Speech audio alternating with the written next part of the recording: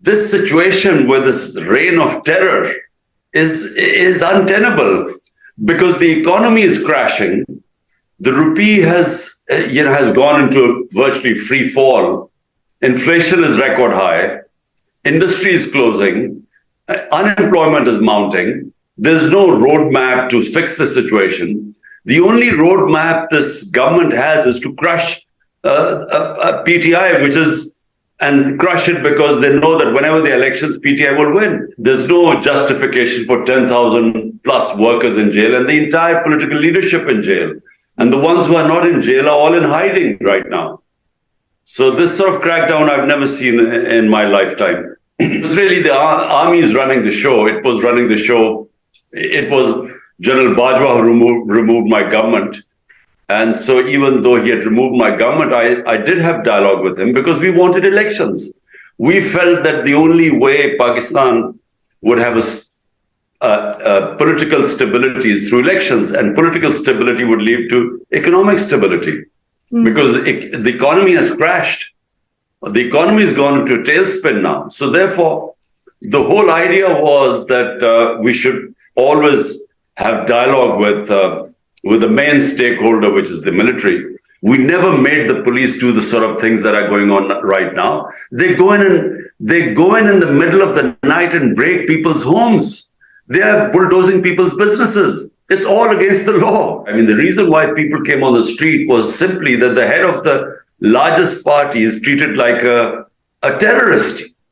But once I was taken inside, there was no mistreatment after that. But it was just those visuals that sparked off the protests. My point is that without rule of law, Pakistan is not going to survive.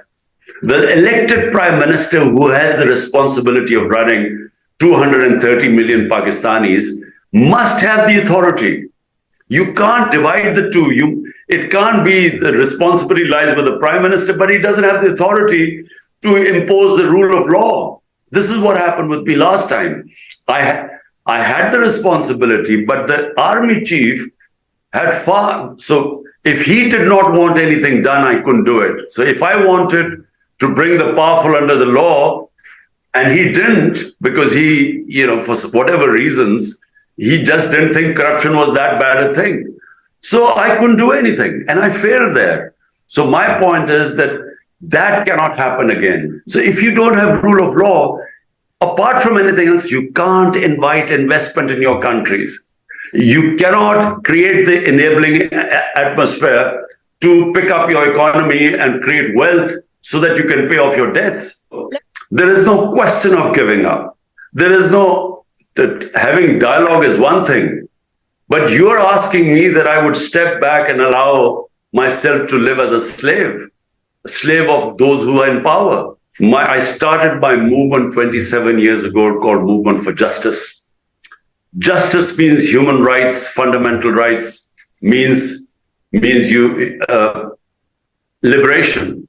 Justice gives you liberation because it gives you your rights.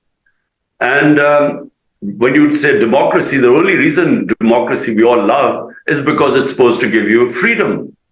So my whole movement has been justice, movement for justice, to have freedom in Pakistan. And freedom means our fundamental rights are protected by our constitution.